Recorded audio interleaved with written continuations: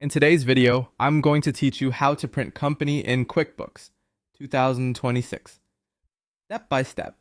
We'll start right inside QuickBooks Online. From your dashboard, look to the top right corner and find the small gear icon. That's your settings hub. Click it to open the menu, then choose Account and Settings. This is where QuickBooks keeps the core details about your business, so it's the right place to gather the information you want to print. Once Account and Settings is open, switch to the Company tab. You'll see your company name, legal name, employer identification number if you've added it, contact information, business address, and other key identifiers that appear on forms and invoices. Take a moment to review everything on this page. If something looks outdated or incomplete, you can edit it here before you print so your records are accurate. Confirm things like spelling, capitalization, and the way your company name should appear on official documents.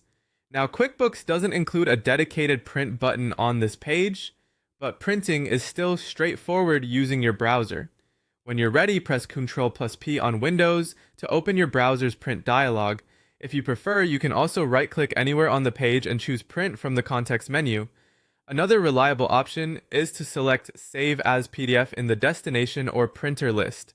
That creates a clean PDF copy you can print later or share electronically. In the print preview, make sure the right content is visible before you finalize. Check the destination printer, the number of pages, and the layout.